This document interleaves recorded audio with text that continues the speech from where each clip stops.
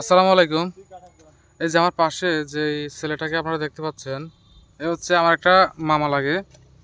So যে কাহিনী হয়েছে সেটা হচ্ছে, আমার এখানে একটা গাছ ছিল, সেই গাছটা কেটে ফেলছে কিছুক্ষণ আগে আমার বন্ধু শহীদুল।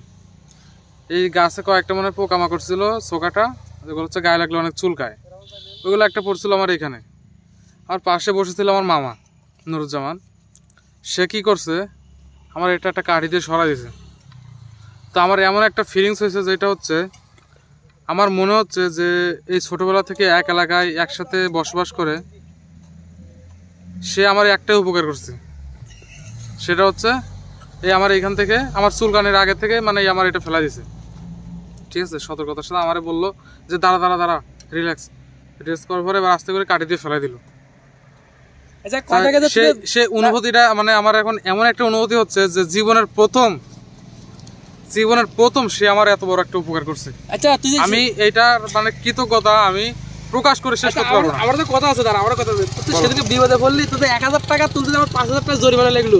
এটা তোর উপকার করিনি, এটা আমার নাকি? এটা কোনো উপকার না, নাকি? এটা হচ্ছে জীবনে চলার পথে স্যাক্রিফাইস। তুমি আমারে একটু মানে আমার দিকে একটু সুনজরে তাকাইলা, আমি তোমার দিকে একটু তাকাবো। এটা হচ্ছে মানবিকতা।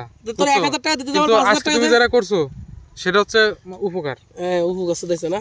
আর আরেকটা জিনিস মাথায় রাখবা, সেটা হচ্ছে কি 5000 টাকা জরিমানা গেছে, ওটা উপকার না, খালি চোকাটা বলে যে উপকার। তুমি আজকে একটা উপকার করছো, আর এতদিন যে তুমি আমারে উল্টো পাল্টা কি করছো? কি করছি? টাকার বললাম না।